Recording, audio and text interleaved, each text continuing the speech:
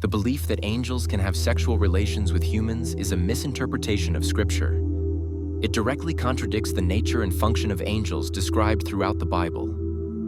Let us examine the foundational text often used to support this claim, Genesis 6:1-4, and then evaluate it in light of broader biblical doctrine. When man began to multiply on the face of the land and daughters were born to them, the sons of God saw that the daughters of man were attractive, and they took as their wives any they chose.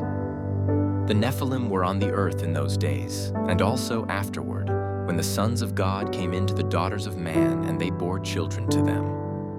These were the mighty men who were of old, the men of renown. Angels are spiritual beings, not material organisms with DNA or reproductive capability. Jesus Christ himself declared, "For in the resurrection they neither marry nor are given in marriage, but are like angels in heaven." The term sons of God is used elsewhere in Scripture to refer to godly men, particularly the righteous lineage of Seth.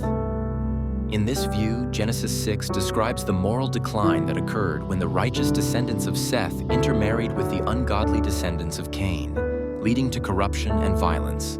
The word Nephilim means fallen ones, or possibly giants, but nowhere in the text does it say they were the offspring of angels. They were likely tyrannical rulers or men of great violence, men of renown, not supernatural hybrids. Some cite Jude 6-7 and 2 Peter 2:4 to argue that angels sinned by having sex with women.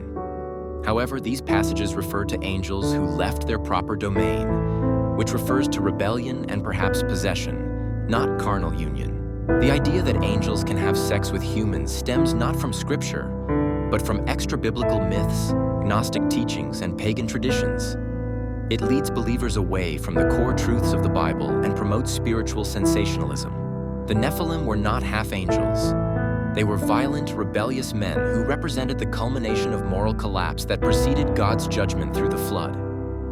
The true lesson of Genesis 6 is not about angelic breeding.